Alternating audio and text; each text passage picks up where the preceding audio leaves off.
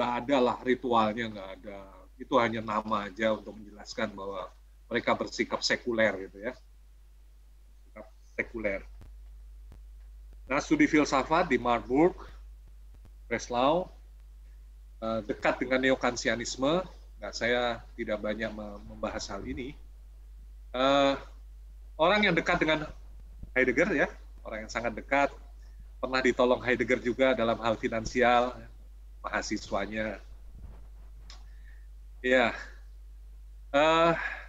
bukunya yang terkenal itu adalah Wahrheit und Methode. Wahrheit und Methode. Truth and Method. Kebenaran dan metode. Buku tebal, dan juga disertasinya Das Wesen des Lust in den Platonischen Dialogen. Hakikat dari hasrat di dalam dialog-dialog Plato. Menarik, dia ahli Plato, betul-betul ahli Plato. Ya, banyak teman diskusi dari Gadamer ini pernah berdebat dengan Habermas, dan untuk itu Habermas juga menghasilkan sebuah buku Zur Logik der Sozialwissenschaften, ya, untuk menanggapi Gadamer. Waktu itu Habermas masih muda, ya. Nah, lalu juga pernah ketemu dengan Derrida, ya, masih membimbing mahasiswa, masih memberi seminar. Seperti inilah situasi kalau di Jerman dengan cendekiawan.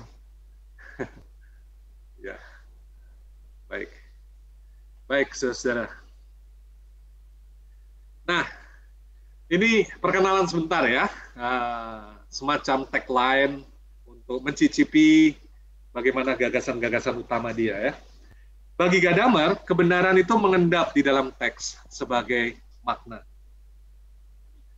Lalu makna dibebaskan dari teks lewat hermeneutik, gitu kan? Jadi menurut Gadamer, hermeneutik itu bukan metode, bukan, melainkan peristiwa memahami atau pengalaman memahami, gitu ya. Maka hermeneutik dia kan bukan hermeneutik metodologis, bukan metode hermeneutik seperti Dilthey, melainkan hermeneutik filosofis. Karena segala sesuatu bisa didekati secara hermeneutis menurut dia. Saya masih ingat mahasiswa saya setelah mendengarkan Gadamer, minggu berikutnya memberikan kesaksian gitu ya.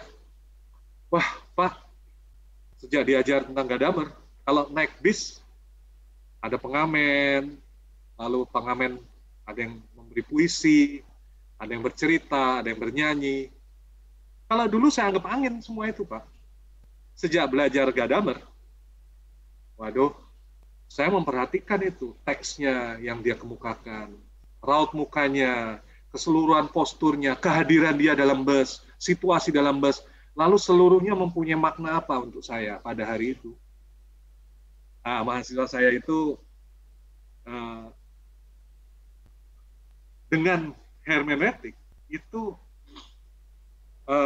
waktu-waktu dengan naik bus itu menjadi produktif ya, menjadi dilihat sebagai pembacaan dari teks, peristiwa memahami gitu ya. Jadi belajar filsafat ternyata bisa mengusir kejemuan. Jadi artinya hermeneutik itu bukan metode tafsir, melainkan sikap manusia terhadap dunia sebagai tekstualitas. Ingat tadi kata teks di awal sesi ini saya katakan sebagai gemalin atau jejaring makna atau struktur-struktur simbol. Realitas itu sebetulnya bersifat tekstual karena bisa dipahami oleh manusia. Anda tidak bisa membersihkan realitas dari makna. Kalau Anda mau diet makna, Anda harus memakai makna untuk diet makna itu. Saya mau berhenti memaknai, maka Anda harus bisa memaknai dulu, sikap berhenti memaknai, dan diamnya Anda terhadap makna adalah sebuah makna juga. Manusia adalah makhluk yang terjebak di dalam jejaring makna seperti laba-laba, itu kata Clifford Geertz, dan itu benar. Sulit kita lepas dari makna dan pemaknaan. Nah, saudara-saudara, mari kita lihat perbandingan sedikit. Schleiermacher dan Dilthey itu memahami sebagai seni dan metode, Gadamer memahami sebagai kemampuan universal manusia. Bahkan menurut Gadamer, metode itu kerap membatasi dan menyempitkan pengalaman memahami. Jadi dia lepaskan metode itu. Nah, maka hermeneutik filosofis. Bagaimana hubungan antara Heidegger dengan Gadamer? Nah, ini yang perlu kita dalami sedikit banyak. Saudara-saudara, minggu yang lalu kita sudah membahas Heidegger dalam kaitan dengan kematian. Dan kita sudah sempat menyinggung dan membicarakan tentang Verstehen atau understanding, memahami, di mana kita mendiskusikan saat itu bahwa mitos dan agama itu adalah bagian dari memahami tentang keterlemparan. Nah, Heidegger sebetulnya juga seorang tokoh di dalam hermeneutik, memahami sebagai faktisitas eksistensial. Yang dimaksud adalah manusia yang terlempar di dunia ini terbuka terhadap dunia. Dan keterbukaan itu tampak dalam Verstehen atau memahami. Memahami ini bukan dalam pengertian kognitif atau reflektif atau verbal. Understanding atau Verstehen dalam pengertian Heideggerian itu sifatnya lebensweltlich atau ada dalam dunia kehidupan yang spontan dan prareflektif. Adalah disposisi manusia yang terbuka terhadap dunia, sifatnya prakognitif, praverbal, prareflektif. Maka dari itu memahami adalah bersifat preposisional. Jadi sifatnya adalah mengandaikan, mendasari segala bentuk pemahaman setelahnya. Maka kita sebut sebagai prastruktur memahami atau singkatnya pra-pemahaman atau pre-understanding. Pre-understanding begitu ya dalam bahasa Inggris, pre-understanding. Jadi sebelum kita memahami sesuatu, kita sudah mempunyai sebuah pemahaman tertentu, gitu ya. Nah, ini perlu ditegaskan di sini untuk bisa memahami Gadamer, yaitu konsep pre-understanding. Ya, saya beri contoh supaya bisa mengendap dalam kepala kita. Waktu saya di Indonesia mau berangkat studi Jerman, saya kursus bahasa Jerman. Iya, itu tidak bisa cepat itu. Jadi tidak fasih-fasih. Karena tidak hidup di dalam dunia kehidupan Jerman. Kalau belanja masih berbahasa Indonesia, untuk survival masih bahasa Indonesia. Hanya kalau kursus di Goethe Institute waktu itu ya mencoba-coba bahasa Jerman. Ya. Tapi begitu terlempar ke München, itu terlempar, geworfenheit. Terlempar yang dikehendaki tentu. Mau tidak mau, harus survive dengan bahasa Jerman. Untuk belanja, orang nggak ngerti dengan bahasa Inggris ya. Memang orang Jerman tidak fanatik seperti orang Prancis. Kalau Prancis betul-betul nggak mau itu bahasa Inggris. Kalau Jerman masih mau, cuma mereka lebih respect kalau kita bisa bahasa Jerman dan melayani dengan lebih baik kalau kita bisa bahasa Jerman. Karena sehari-hari saya kontak dan seterusnya, lalu suasananya juga mendukung itu semua. Radio, TV, poster-poster, plakat-plakat, kuliah-kuliah, semua dalam bahasa Jerman. Saya hanya 3 bulan belajar bahasa, fasih ya, membaca. Langsung saya masuk ke kuliah, saya hentikan kursus waktu itu. Udah, mosok gramatika terus yang dipelajari. Untuk apa? Belajar bahasa untuk membaca. Jadi saya langsung masuk ambil seminar tentang Hegel saat itu. Itu yang teks-teks yang paling sulit dalam filsafat ya. Fenomenologi roh itu kan. Nah, langsung ditolong. Jadi ini yang ingin saya katakan, kalau kita dalam hidup sehari-hari itu sudah dipaksa untuk memahami dengan cara tertentu, itu akan membentuk suatu pra-pemahaman tertentu. Sehingga ketika menghadapi teks berbahasa Jerman, itu lebih berbunyi dalam kondisi kita terlempar di dalam kultur itu, dalam kebudayaan itu. Nah, Gadamer itu juga mencoba untuk memanfaatkan konsep prastruktur memahami ini di dalam hermeneutiknya, yaitu nanti dalam konsep Wirkungsgeschichte dan Horizonverschmelzung, ya, atau fusi horizon-horizon. Oke, hanya saudara-saudara yang perlu kita ingat di sini, Gadamer ini murid dari Heidegger, itu berfilsafat tidak sesulit Heidegger ya. Ya.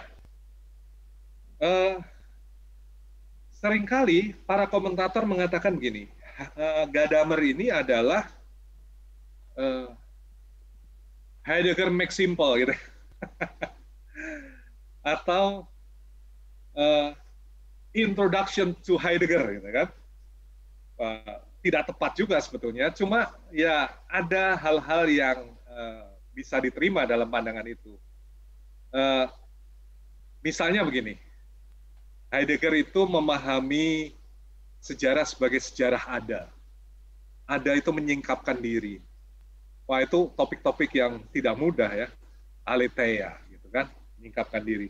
Dari zaman ke zaman menyingkapkan diri. Nah, Gadamer tidak mau ngomong-ngomong metafisika semacam itu. Dia akan bicara tentang kesejarahan. Nah, jadi Gadamer bicara lebih konkret dan menunjukkan fakta-fakta yang lebih empiris gitu, tidak ke langit-langit ontologi gitu ya, tidak ke langit-langit ontologi. Nah, satu hal yang perlu kita pelajari di sini, bagi Gadamer, apa itu memahami ya? Memahami itu adalah Verstehen, dan Verstehen itu adalah sich Verstehen, atau Einverständnis dalam bahasa Jerman. Memahami itu adalah kesepahaman. Ini beda dengan Schleiermacher, bahwa Schleiermacher itu hermeneutiknya itu bertolak dari kesalahpahaman gitu kan. Nah, kalau Gadamer bertolak dari kesepahaman. Kalau Anda salah paham dengan sesuatu, salah paham atau kesalahpahaman itu kan dimungkinkan oleh kesepahaman. Anda menyimpang dari kesepahaman. Jadi yang lebih mendasar daripada kesalahpahaman adalah kesepahaman. Jadi ini lagi-lagi mana yang ada lebih dahulu, telur atau ayam gitu ya. Kalau mau di tengahi ya, udah telur gitu ya. Ya telur dulu lah, baru ayam gitu ya. Nah, orang seperti Gadamer akan mengatakan telur itu adalah kesepahaman. Kesalahpahaman penyimpangan aja. Ini yang lebih primordial ya. Itu kesepahaman. Gambarnya masa lalu ya.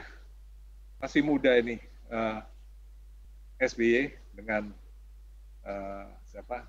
Barack Obama. Nah, sepaham. Kesepahaman. Nah, bagaimana komentar atas Schleiermacher dari Gadamer? Menurut dia, hermeneutik tidak berurusan dengan kesalahpahaman, melainkan dengan kesepahaman. Memahami bukan meninggalkan horizon pembaca dan masuk ke dalam horizon penulis, seperti yang dimengerti oleh Schleiermacher. Disebut juga hermeneutik reproduktif. Jadi kalau Anda membaca surat-surat Paulus, atau tulisan-tulisan dari Martin Luther, atau karya-karya besar di dalam kesusastraan, biografi tokoh, ya. Menurut Gadamer, ya, atau maaf sebelumnya menurut Schleiermacher, kita bisa mengetahui intensi asli dari penulis, dan kita bisa menghadirkan makna sebagaimana dimaksud oleh penulis. Dalam hal ini misalnya Paulus atau surat-surat sakral lainnya, gitu kan. Tidak, menurut dia memahami bukan meninggalkan horizon pembaca masuk ke dalam horizon penulis, melainkan peristiwa peleburan horizon. Berarti kita yang ada di masa kini itu mau tidak mau juga memahami Paulus dari sudut pandang masa kini.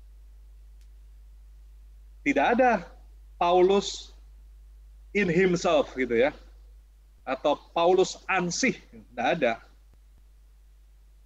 Atau Khairil Anwar ansih, atau Sultan Sahril atau Soekarno ansih, gitu. Nggak ada, nggak ada. Soekarno, teks-teksnya kita hadapi dari sudut pandang masa kini. Nah, hermeneutik romantik masih mengandaikan objektivitas ilmiah. Masih. Nah, Dilthey menolak yang juga ada pada bukan Dilthey tapi Gadamer, yang ada pada Dilthey, yaitu apa yang disebut historisme. Kenapa? Begini, Dilthey itu yakin bahwa sejarah adalah fakta, ya. Nah, pengetahuan sejarah itu universal, tapi bisakah kita berada di luar sejarah dengan terang ujito, gitu ya. Nah, ini pertanyaan dari Gadamer, gitu ya. Tentu saja jawaban Gadamer tidak bisa. Kita tidak bisa keluar dari sejarah karena kita makhluk historis. Jadi bayangkan sejarah itu sebuah akuarium dan kita ikan. Untuk mengenal apa yang ada dalam akuarium, kita nggak bisa menjadi ikan yang keluar dari akuarium melihat apa yang ada dalam akuarium. Nah, padahal historisme ini leluhurnya adalah René Descartes dengan cogitonya. Jadi pengetahuan kita itu bisa objektif terhadap sejarah juga. Nah, Dilthey juga memodelkan kesadaran sejarah secara kartesian, padahal kesadaran sejarah menurut dia dipengaruhi oleh sejarah juga, yang dia sebut sebagai Wirkungsgeschichte. Nanti kita bahas. Nah, Dilthey melihat kehidupan historis dari sudut pandang ilmu pengetahuan. Dia mengagungkan kesadaran di atas kehidupan, padahal dia penganut filsafat kehidupan atau Lebensphilosophie. Ini nanti hal-hal lain yang bisa didiskusikan kalau mau. Oke. Nah, apa ciri pengetahuan yang objektif, saudara-saudara? Tentu saja pengetahuan itu harus tanpa prasangka, ya. Pengetahuan itu tanpa prasangka. Anda tidak bisa percaya kepada vaksin kalau terlalu banyak prasangka di dalamnya. Maka vaksin itu harus diuji secara klinis, objektif, diawasi oleh pihak-pihak yang berbeda pendapat, dan harus mencapai kesepakatan dari sudut pandang yang berbeda-beda. Nah, itu disebut objektif without prejudice. Ya. Nah, maka konsep prasangka itu sangat penting, saudara-saudara. Selama pencerahan Eropa di abad ke-18, boleh dikatakan gerakan intelektual Eropa pada masa itu adalah gerakan pembersihan masyarakat dari prasangka. Nah, prasangka terbesar pada masa itu adalah mitos dan juga tahayul dan juga agama. Nah, menurut mereka, agama, tahayul, mitos itu memblokade mata pengamat, sehingga pengamatan itu ternodai dan tidak bisa melihat objek apa adanya, bahkan kita menarik kesimpulan secara tergesa-gesa. Ya. Nah, maka prasangka itu didiskreditkan oleh pencerahan Eropa sebagai sesuatu yang negatif. Nah, bersamaan dengan konsep prasangka ini ya, satu yaitu ilmu pengetahuan itu tumbuh, ilmu pengetahuan itu objektif, bebas dari prasangka, lalu dipercaya sampai hari ini, itu adalah buah-buah dari pencerahan Eropa ya.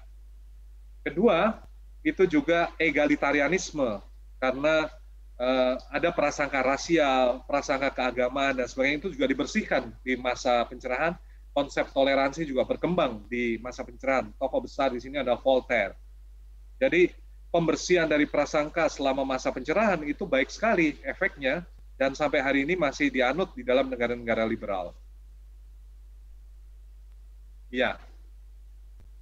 Nah, saudara-saudara, prasangka pencerahan adalah pengatasan segala prasangka. Tuntutan global atas pencerahan ini akan membuktikan dirinya menurut Gadamer sebagai sebuah prasangka. Jadi Gadamer ini orang yang kritis terhadap pencerahan. Ya, pencerahan kan mau membebaskan diri dari prasangka. Tapi Gadamer bilang, stop. Upaya membersihkan diri dari prasangka, itu kan sebuah prasangka. Lah, maksudnya apa? Kita berprasangka bahwa membersihkan diri dari prasangka itu bisa. Nah, ini kan sebuah prasangka. Gitu. Menurut Gadamer. Ini bukan sebuah retorika, bukan. Tapi sesuatu yang memang dia serius menanganinya, yaitu bahwa mustahil kita membebaskan diri dari sebuah prasangka. Nah, jadi pencerahan itu adalah prasangka untuk melawan prasangka, menurut dia. Nah, lalu romantisme itu adalah gerakan yang melawan pencerahan. Kaum konservatif katakan demikian, dan kaum progresif adalah pencerahan. Itu ternyata mempunyai prasangkanya masing-masing. Romantisme yakin dapat mengatasi prasangka untuk sampai pada masa silam. Biarkan mitos bicara apa adanya, karena mitos itu bicara yang baik. Mitos itu mencerminkan integritas. Mitos itu termasuk agama juga mencerminkan keutuhan manusia, harmoni, iman, dan seterusnya. Nah, ini yakin bisa mengatasinya untuk sampai ke masa silam. Nah, pencerahan itu mengatasi mitos dengan logos, sifatnya progresif ya, yakin dapat mengatasi prasangka untuk sampai pada logos itu dengan bersikap objektif. Tapi dua-duanya prasangka, saudara-saudara. Nah, bagaimana lalu kalau pengetahuan kita, pemahaman kita selalu diwarnai prasangka? Bagaimana kita bersikap? Pertama, menurut Gadamer, prasangka itu wajar aja. Kita harus anggap wajar. Miriplah seperti pandemi seperti sekarang ya, disebut new normal gitu ya. Nah, prasangka, ya, setelah ditemukan jangan kaget. Itu bagian dari kehidupan kita. Bukan hanya itu, bahkan prasangka itulah yang menyebabkan kita bisa memahami. Itu yang memungkinkan pemahaman. Nah, tetapi kita harus bisa membedakan antara dua macam prasangka, yaitu prasangka yang legitim dan prasangka yang tidak legitim. Nah, nanti boleh kita diskusikan mana yang legitim, mana yang tidak. Nah, saudara-saudara, bersamaan dengan rehabilitasi prasangka itu, Gadamer juga mau merehabilitasi dua konsep yang selama pencerahan Eropa itu didiskreditkan. Dianggap sebagai hal-hal yang mendistorsi pengetahuan kita, yaitu otoritas dan tradisi. Dulu, otoritas dan tradisi ini dianggap sebagai sumber-sumber prasangka. Ya, buktinya sampai sekarang juga masih ya. Apa yang dikatakan oleh pimpinan mestinya benar, gitu kan? Itu prasangka itu. Sulit kita menjadi objektif kalau pimpinan punya kemauan. Misalnya sudah disahkan oleh Badan POM atau oleh WHO, ya mestinya benar, gitu. Padahal belum tentu ya. Oke. Nah, Gadamer berpendapat bahwa otoritas yang legitim itu bisa menjadi sumber kebenaran.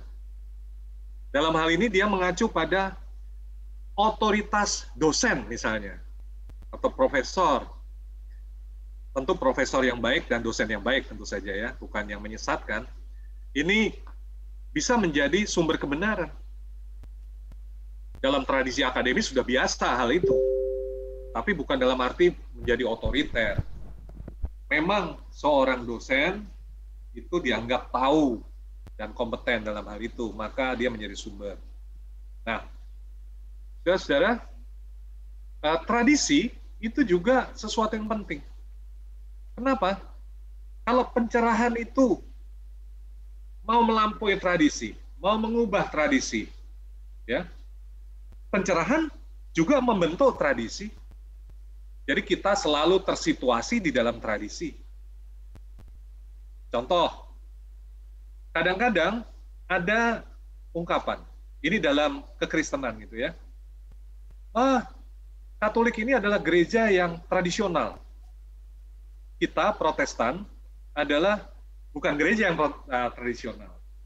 Kita tidak percaya pada tradisi. Tapi sebetulnya Protestantisme juga membentuk tradisi gitu ya. Jadi manusia tidak pernah lepas dari tradisi dan akan membentuk tradisi.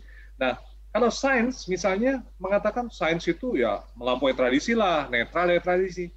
Ternyata sikap netral terhadap tradisi itu adalah tradisi netralitas sains gitu ya. Jadi tradisi itu menyangkut kebiasaan, menyangkut pola hidup ya. Jadi sulit kita melepaskan diri. Boleh dikatakan manusia itu sendiri boleh dibilang 50% lebih itu terbentuk oleh tradisi atau kebiasaan. The power of habit ya. Bukti bahwa the power of habit itu sangat kuat ya, itu adalah Lebaran. Mau diumumkan berkali-kali, ditakut-takuti dengan COVID, pulang juga gitu ya, masuk dalam kap mobil, masuk dalam apa, itu kebiasaan itu sulit diubah. Itu sudah merupakan lebih dari 50% dari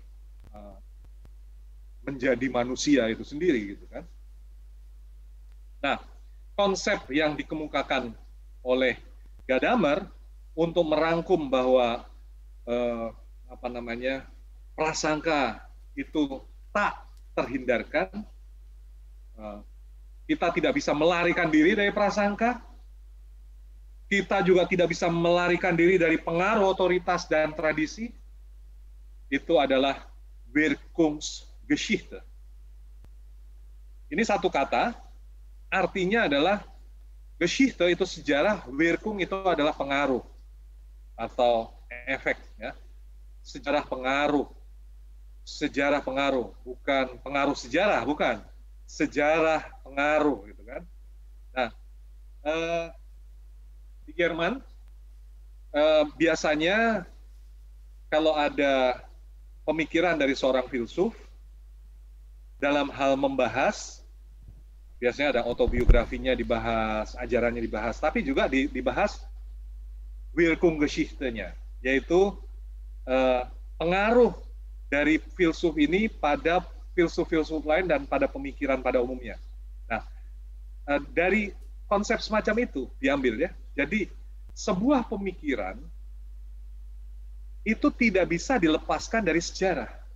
Pemikiran ini berasal dari sejarah, jadi dihasilkan lewat sejarah, dan ketika pemikiran ini dihasilkan, pemikiran juga mengubah sejarah, dan berubah lewat sejarah, dan pemikiran ini tidak bisa keluar dari sejarah, karena merupakan bagian dari sejarah itu sendiri.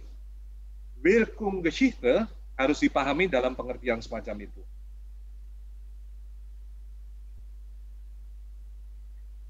Lihat, misalnya buku-buku ya, Anda lihat, ini semua klaim objektif semua tentang gerakan 30 September, teror, kudeta G30S, dan seterusnya. Ini banyak di kita, semua mempunyai klaim objektivitas. Tapi saudara-saudara, semua teks ini setelah dibaca juga mempengaruhi perilaku orang zaman kini. Dan teks ini sendiri dihasilkan oleh orang zaman kini dengan minat-minat dan kepentingan zaman kini. Jadi tidak bisa 100% objektif. Lalu apa itu bersikap objektif ya? Ada dua hal yang berbeda di sini ya. Yang disebut bersikap objektif itu ya. Yaitu ada dua, yaitu kesadaran sejarah dan sejarah pengaruh.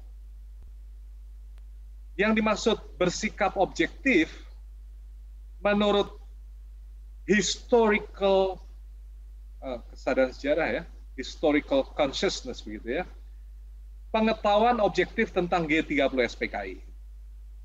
Lalu pengambilan jarak itu juga pengaruh dari zaman peneliti gitu ya.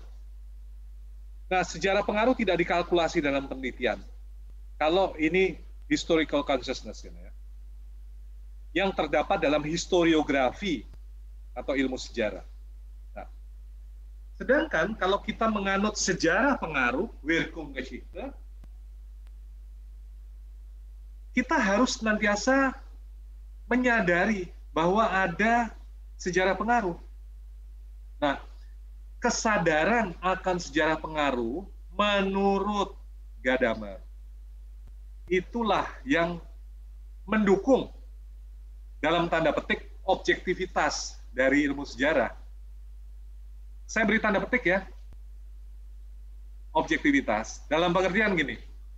Kalau kita menulis teks historis atau bercerita tentang masa lalu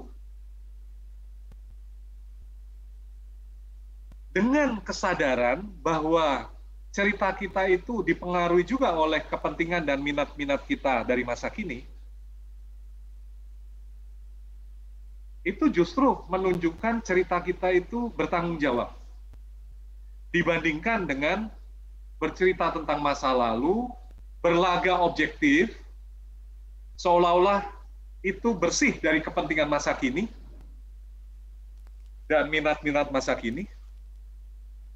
Nah, menurut dia menyesatkan itu, karena berpura-pura objektif. Gitu. Nah, dia nulis, dengan menyandarkan diri pada metode kritisnya, objektivisme historis menyembunyikan fakta bahwa kesadaran sejarah itu sendiri tersituasi dalam jejaring pengaruh-pengaruh sejarah. Jadi, kalau misalnya kita mau menulis ya, sejarah misalnya, atau mau bercerita lah ya, G30 SPKI. Ya, sulit untuk dilepaskan dari minat demokrasi dari era reformasi dan era demokratisasi kita sekarang. Nah, maka kita mencoba membahas peristiwa G30 SPKI dari sudut pandang demokrasi. Dan menurut Gadamer itu lebih bertanggung jawab daripada menulis tentang G30 SPKI seolah-olah kita bisa punya mesin waktu untuk hidup di zaman Orde Lama dan melihat peristiwa itu dari kacamata orang dari zaman itu. Itu mustahil. Mustahil. Karena kita berpura-pura objektif dengan cara itu. Karena toh kita sendiri adalah orang dari zaman kini yang sedang berpura-pura masuk ke zaman yang lalu. Nah, jadi persoalannya ada di sana. Nah, ini nanti bolehlah kita persoalkan lagi dalam diskusi kalau mau.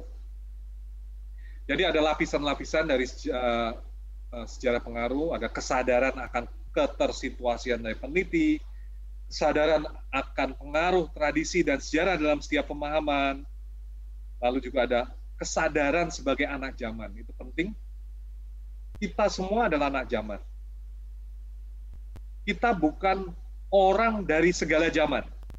Tidak bisa menjadi subjek metahistoris, tidak bisa. Atau subjek suprahistoris.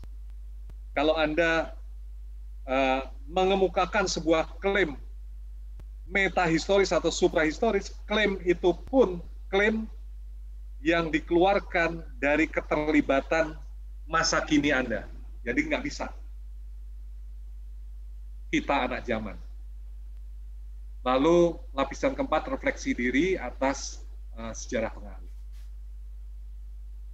Jadi, saudara-saudara, kalau bisa kita simpulkan, menurut Gadamer, manusia adalah makhluk yang menyejarah, maka tidak mungkin berdiri di luar sejarah tanpa pengaruh sejarah. Tanpa pengaruh sejarah. Dengan kata lain, kebenaran itu mewaktu memang. Anda harus bayangkan akuarium dengan ikan-ikan itu. Tentu saja akuariumnya agak fleksibel sedikit gitu ya. Jangan yang dari kaca gitu ya. Bisa diperluas sedikit, bisa dimodifikasi bentuknya gitu ya. Tapi tetap ada di dalam air itu gitu ya. Di dalam apa yang kita sebut sebagai akuarium. Akuarium bisa berubah bentuk, bisa menjadi lonjong, bisa segitiga, bisa membentuk labirin, terserah. Kalau ini adalah akuarium yang fleksibel, tapi tetap akuarium dan tetap ada di ikan-ikan itu ada dalam air itu. Nah, itulah sejarah. Kita tidak bisa keluar darinya.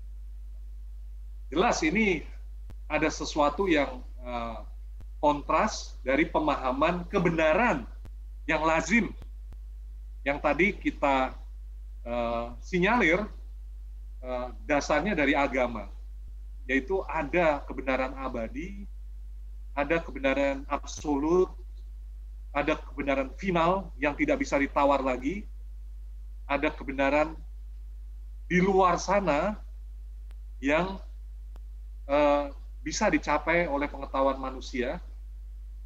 Nah, itu semua dicoret dengan konsep kebenaran yang mewaktu.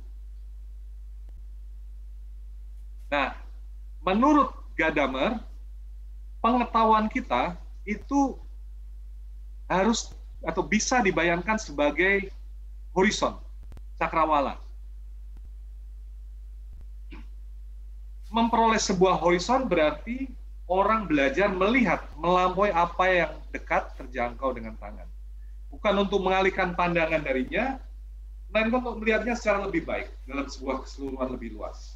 Jadi, bagaimana ya pengetahuan itu dibayangkan? Jangan membayangkan bahwa pengetahuan itu sifatnya total sekaligus. Juga jangan membayangkan pengetahuan itu hanya bagian-bagian. Melainkan pengetahuan itu harus dibayangkan sebagai sebuah cakrawala yang terus bergerak.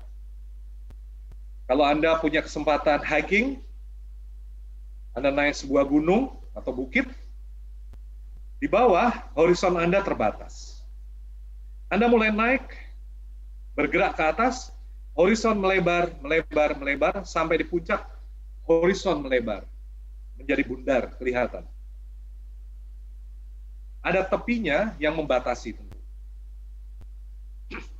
Penglihatan kita tidak pernah bisa keluar dari horizon. Selalu ada dalam horizon itu. Mirip seperti ikan, tidak bisa keluar dari akuarium itu. Demikian juga pengetahuan manusia di dalam sejarah. Tradisi, entah itu seni, agama, sains, ya, filsafat, ya, itu semua ada di dalam sebuah horizon. Dan ada batas dari horizon itu dan bergerak. Tergantung dari perkembangan dan bergerak terus. Jadi Anda mustahil sebagai seorang ilmuwan, sebagai seorang filsuf, teolog mungkin ya, untuk bisa mengatakan apa yang saya tulis ini adalah kebenaran absolut, final, tuntas, mencakup segala sesuatu, sudah selesai. Nah, masih bergerak. Masih bergerak. Ada batasnya. Nah, kalau batas itu dilampaui, batas itu hanya bergeser untuk menemukan batas yang baru lagi gitu ya. Horizon. Jadi memang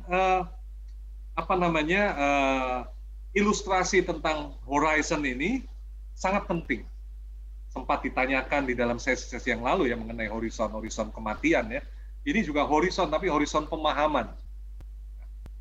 Nah, menurut Gadamer, perjumpaan manusia dalam berkomunikasi antara aku dan kau misalnya, atau kami dengan kalian gitu kan, itu perjumpaan itu terjadi lewat fusi horizon-horizon. Jadi, kalau kita membaca sebuah teks, saya ambil contoh, habis gelap terbitlah terang, dari Raden Ajeng Kartini. Teks itu dari zaman lalu, itu adalah horizon dari masa lalu. Nah, kita dari masa kini mempunyai horizon kekinian.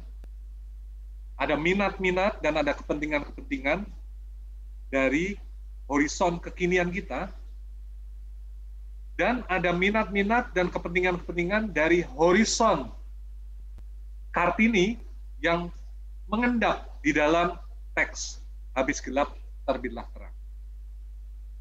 Nah, fusi dua horizon inilah yang disebut memahami. Perstand. Semoga Anda mengerti sampai di situ.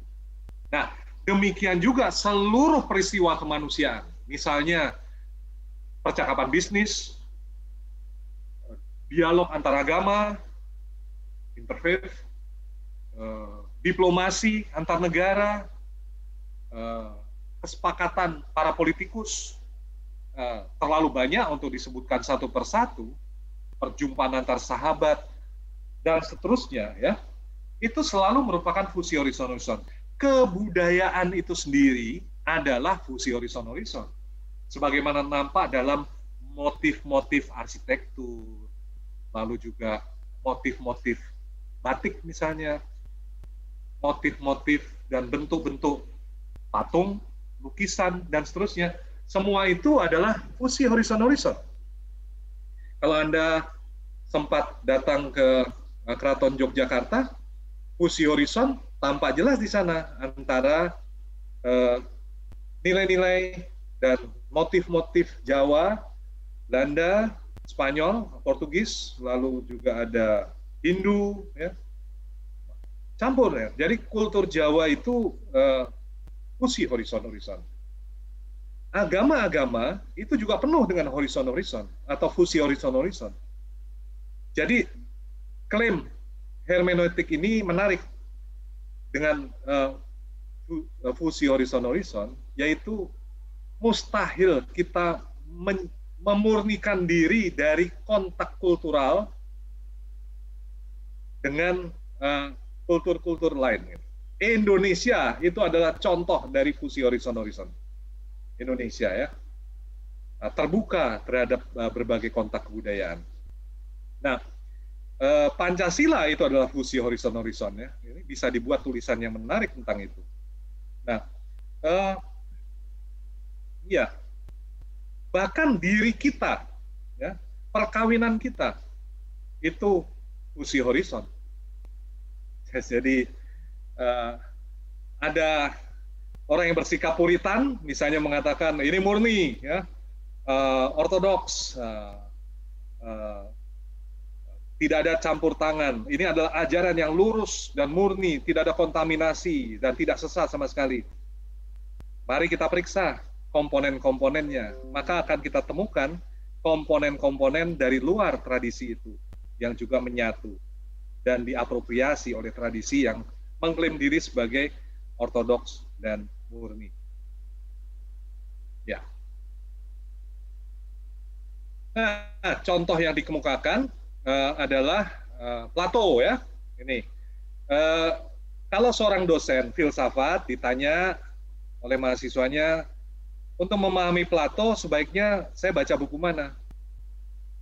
Dosen filsafat yang bagus tidak akan menyarankan untuk membaca Plato yang dikomentari oleh orang-orang di zaman Plato gitu ya. Karena sulit dipahami oleh orang di zaman kini.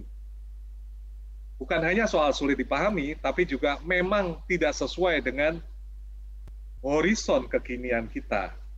Maka dosen itu akan menyarankan terbitan terbaru, komentar terbaru mengenai Plato, ya. Nah, lalu lebih bisa dipahami karena komentar-komentar seperti itu bertolak dari horizon kekinian kita dan kita bisa memahami Plato dengan lebih baik. Oke. Jadi tugas interpretasi adalah memproyeksikan sebuah horizon historis yang berbeda dari horizon kekinian.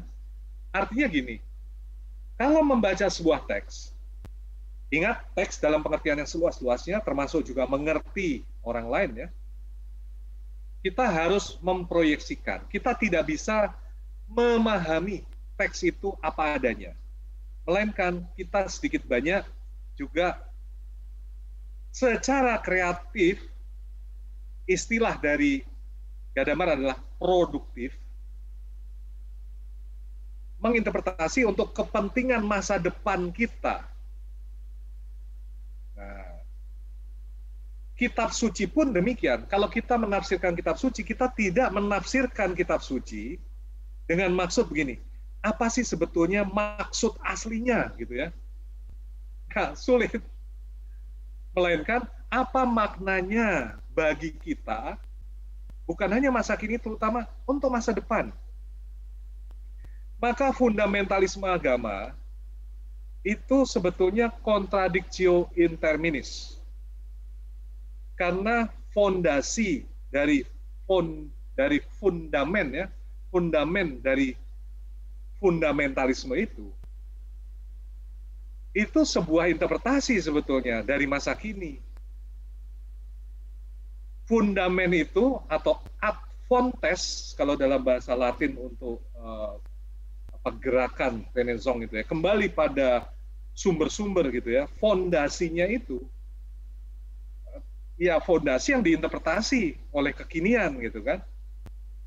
Jadi fundamentalisme itu mustahil menjadi fondasional gitulah kira-kira gitu. Begitu juga menjadi religius betul harus dimengerti juga dalam rangka kehadiran religiositas yang lain. Jadi tidak bisa menjadi religius dengan mengasingkan diri menjadi kelompok di belakang bulan yang sisinya gelap dan tidak pernah kita lihat sama sekali. Itu tidak religius. Religius itu hidup di tengah-tengah bumi manusia yang majemuk dengan berbagai macam tradisi religiositas yang ada di sana. Nah, menjadi religius tak lain daripada bagian dari fusi horizon-horizon ini. Nah, kemarin kalau bicara dengan teman-teman yang mendukung interfaith, memang betul, to be religious is to be interreligious dalam pengertian seperti itu. Nah, dalam pengertian Gadamer adalah to be religious adalah to be in the fusion of horizons gitu ya. Berada dalam fusi horizon-horizon of religiosity. Nah, bagaimana? Lalu aplikasi itu juga bagian dari memahami, misalnya kalau khotbah itu juga menginterpretasi, ada fusi horizon di sana, ada Wirkungsgeschichte juga ada di sana. Vonis dari hakim, ada unsur interpretasi, tidak bisa hakim 100% menderivasi dari kitab undang-undang hukum pidana, harus melihat konteks dari terdakwa. Gitu. Sejarawan hukum juga begitu, sama. Kritikus sastra juga. Pendek kata, dalam aplikasi selalu ada unsur interpretasi di sana. Nah, ini bagian terakhir, saudara-saudara, yaitu tentang pengalaman hermeneutis. Saudara-saudara, Gadamer akhirnya berpendapat bahwa teks itu harus dihadapi sebagai thou, bukan kamu, bahkan juga bukan lu gitu ya, kalau bahasa Jakarta itu agak kurang ajar terhadap teks thou. Jadi harus dihadapi dengan penuh hormat. Sesuatu yang berharga. Ada respect di dalamnya. Nah, saudara-saudara, tradisi pun harus dihadapi sebagai thou, engkau. Jadi bukan objek empiris universal, bukan yang lain sebagai hasil proyeksi yang reflektif, melainkan sebagai yang lain yang dibiarkan berbicara dalam kelainan, keberlainannya. Sikap yang tepat terhadap tradisi adalah terbuka, mau mendengarkan,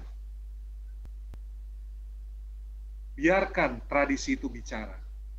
Jangan mencoba untuk katakan menginjeksi konsep-konsep kita begitu saja ke dalam tradisi.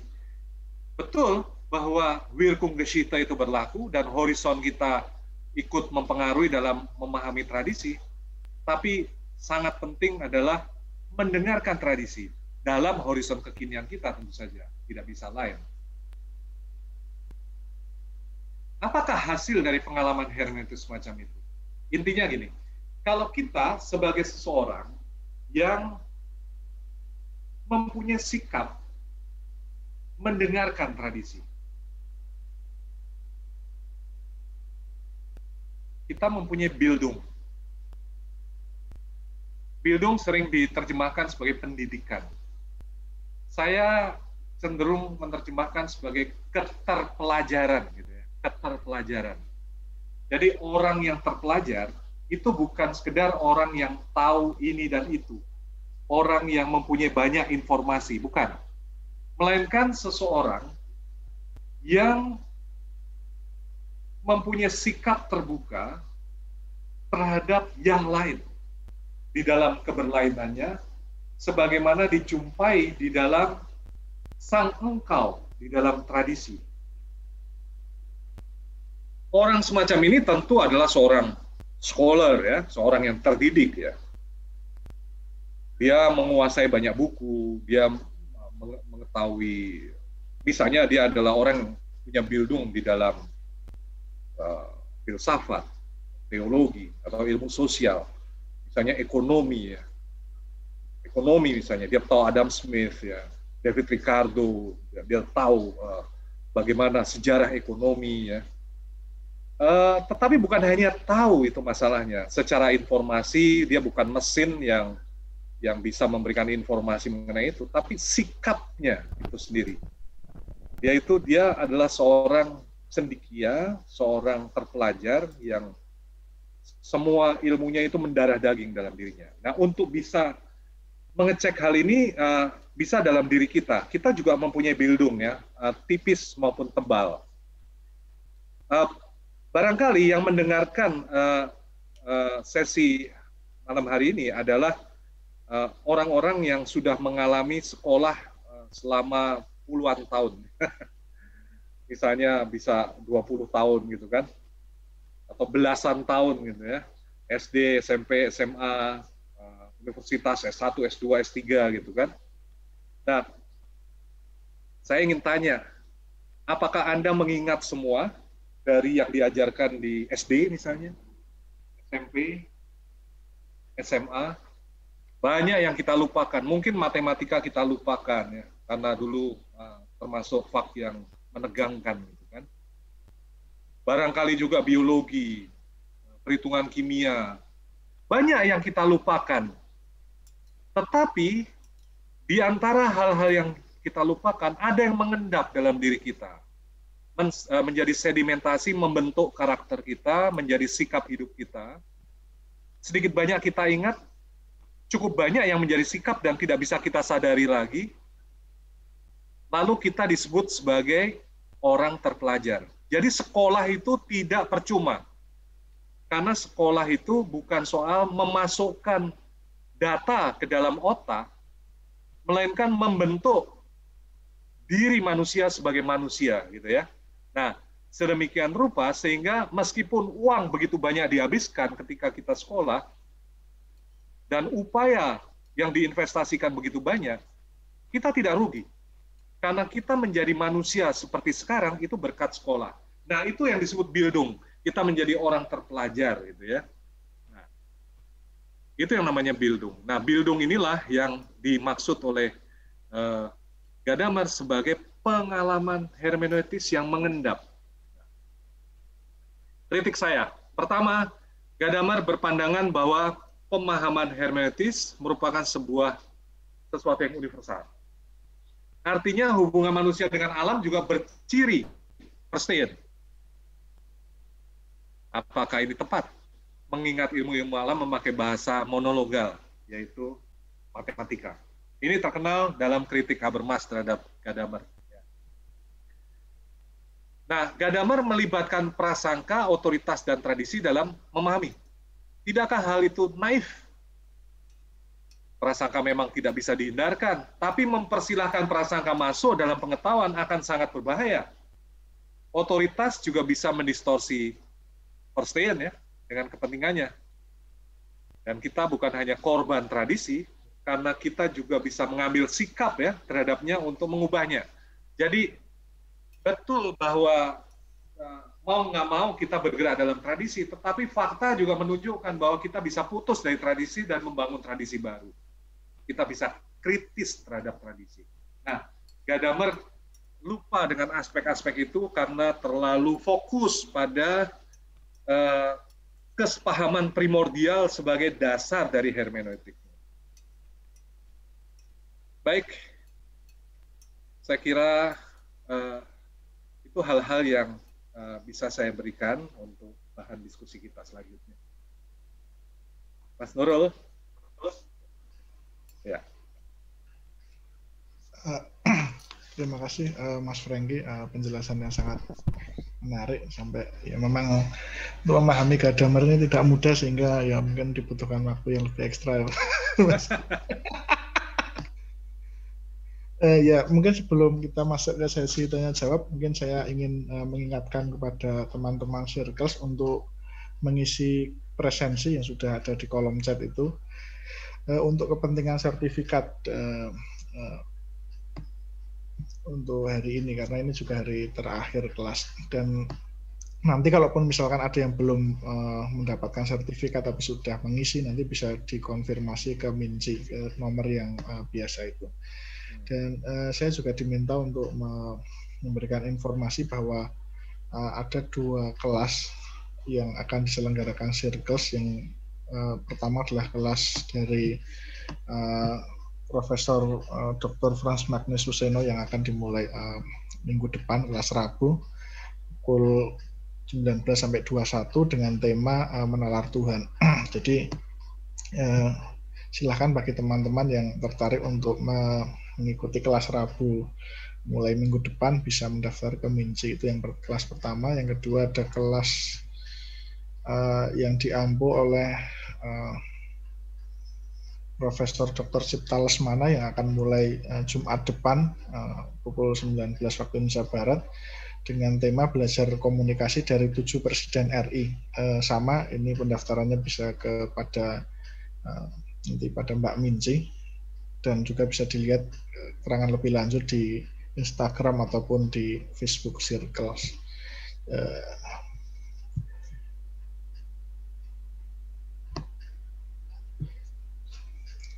Ya, jadi